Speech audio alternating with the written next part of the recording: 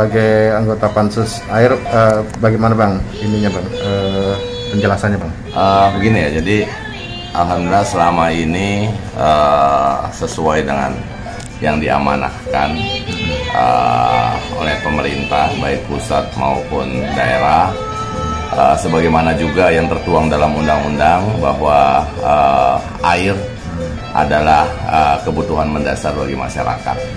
Nah, untuk itu menjelang berakhirnya kerjasama antara PDAM dengan Palija dan Aetra, tentunya perlu diambil langkah-langkah strategis. Jangan sampai terjadi kekosongan pada saat berakhirnya kontrak kerjasama per 31 Januari 2023. Dibentuklah Pansus, ya Pansus Air ini agar bisa mengawal, bisa merekomendasikan kira-kira langkah-langkah strategis apa yang akan dilakukan oleh PDAM baik menjelang masa berakhirnya kontrak kerjasama dan juga setelah berakhirnya kontrak kerjasama. Sampai saat ini Pansus Air sudah melaksanakan beberapa kali studi komparasi ke daerah-daerah yang tentunya yang sudah mengakhiri kerjasama dengan pihak ketiga. Nah, kita melihat ada beberapa hal-hal positif yang memang bisa kita ambil dan juga sebagai referensi di dalam penyusunan rekomendasi. Nah, kami juga di Pansus Air melihat bahwa rekomendasi ini harus terselesaikan selambat-lambatnya di akhir tahun 2022. Ya, kenapa demikian? Karena kalau diselesaikan di saat sudah berakhirnya kerjasama, maka rekomendasi ini akan sulit untuk dilaksanakan.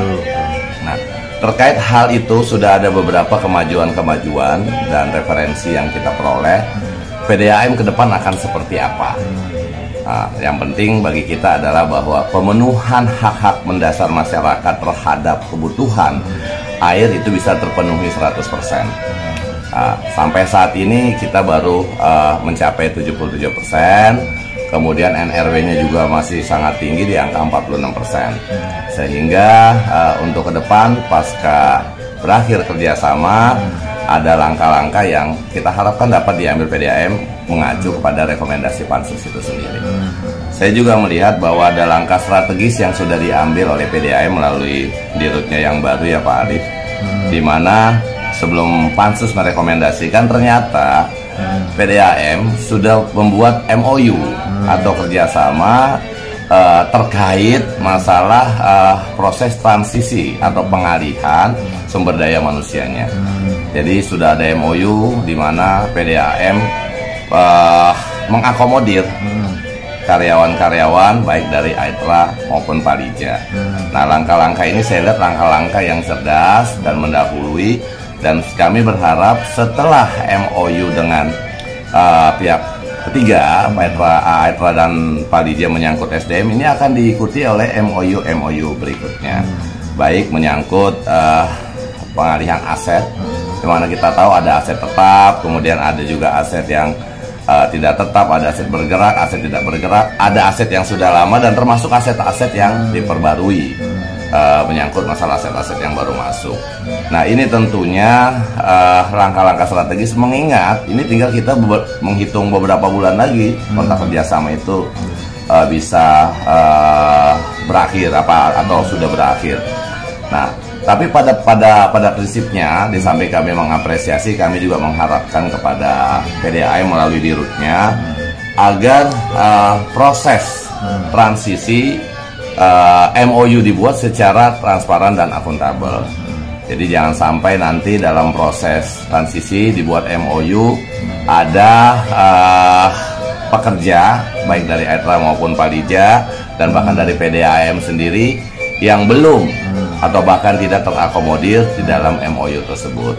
Nah, jadi sekali lagi saya mengapresiasi langkah dari Dirut PDAM Pak Arif yang sudah membuat MOU terkait masalah sumber daya manusia atau transisi pengalihan sumber daya manusianya.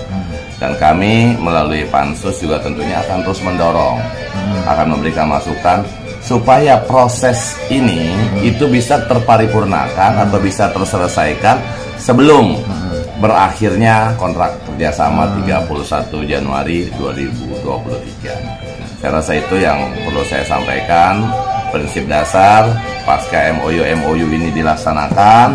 Kemudian saya juga pikir ada langkah-langkah strategis lain yang akan dilakukan PDAM untuk sekali lagi memenuhi kebutuhan dasar masyarakat terhadap ketersediaan air bersih. Saya rasa itu yang perlu saya sampaikan. Bang, tadi abang sebut baru 70% Bang ya? 77%. Nah itu abang optimisnya kapan bisa terrealisasi, bisa 100% Bang? Jadi begini. Jadi memang dibutuhkan anggaran yang cukup besar untuk dapat memenuhi 100% layanan. Mengingat bahwa pipanisasi saat ini yang ada itu bahkan banyak peninggalan zaman Belanda saat itu. Kita bisa memenuhi 100% apabila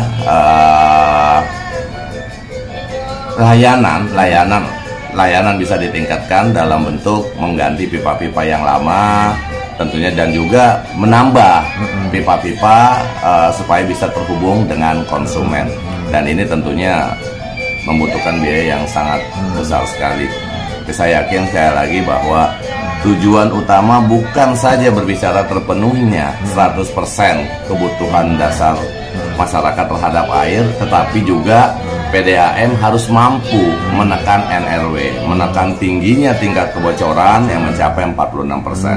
Ya, harapan kami minimal 2 atau bahkan 7 tahun ke depan 100% ini sudah bisa terpenuhi layanan pada masyarakat, dan NRW atau tingkat kebocoran juga bisa ditekan ya paling tidak sampai 20% lah. Itu harapan kami supaya PDAM juga bisa tumbuh, bukan saja dari sisi plan pada masyarakat semaksimal, tetapi PDAM juga harus bisa memberikan kontribusi dalam bentuk dividen kepada pemerintah provinsi DKI Jakarta. Oke, siap. Terima kasih Bang Andika. Ya, ayo, baik, makasih, sama-sama.